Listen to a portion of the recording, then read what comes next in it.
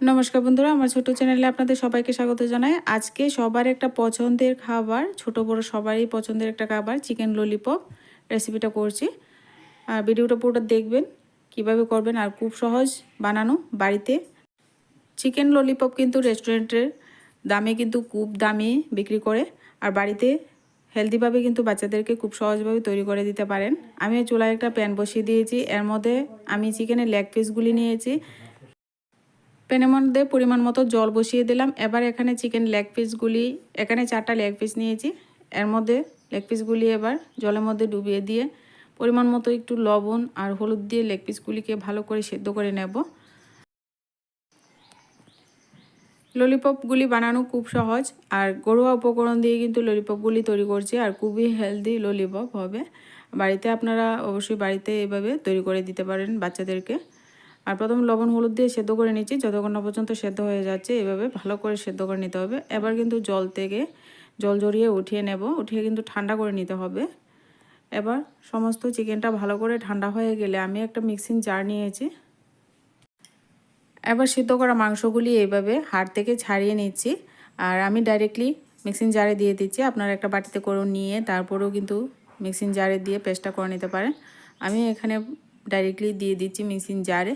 এবার দেখুন এইভাবে সমস্ত মাংসটা এইভাবে হাড় থেকে ছাড়িয়ে হাড়গুলিকে আলাদা করে নেব।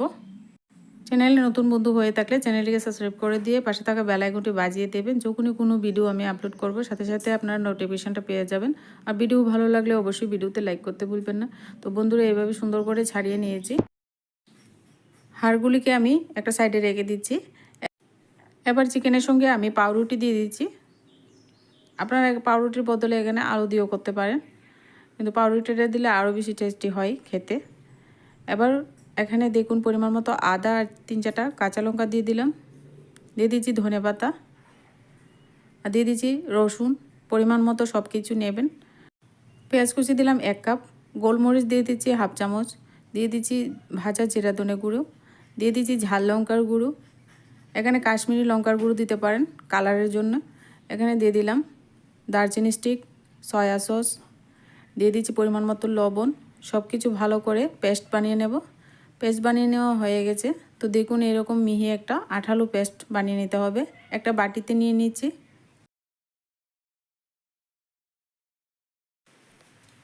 সম্পূর্ণ পেস্টটা কিন্তু একটা বাটিতে নিয়ে নিলে ললিপপগুলি বানাতে সুবিধা হবে।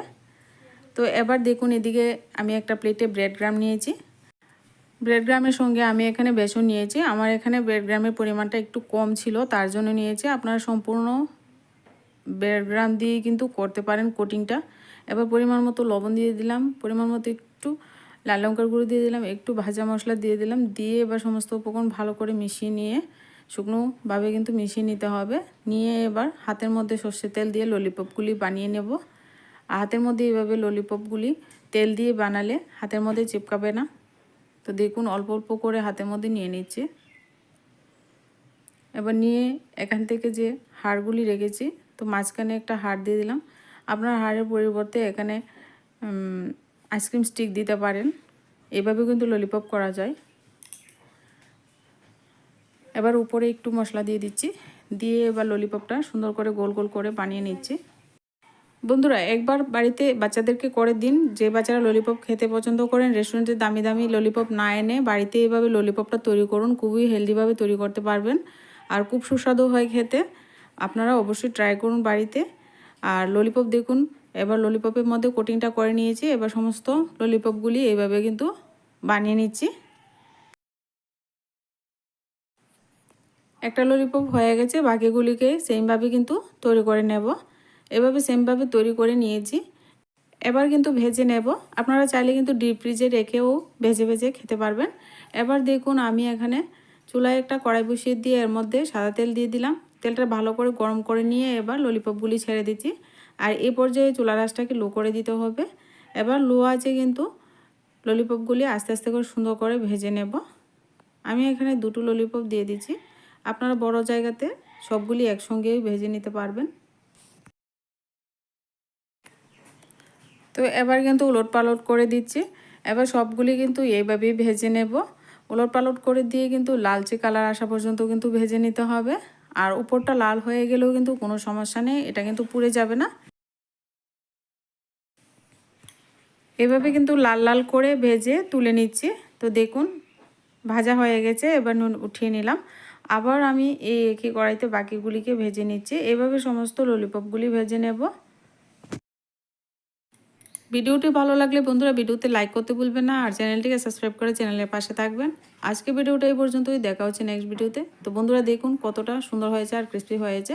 আপনারা সসের সঙ্গে পরিবেশন করে নিতে পারেন যে কোনোভাবে। বাচ্চা থেকে বড় সবাই কিন্তু খেতে পছন্দ করবে এই চিকেন ললিপপটা।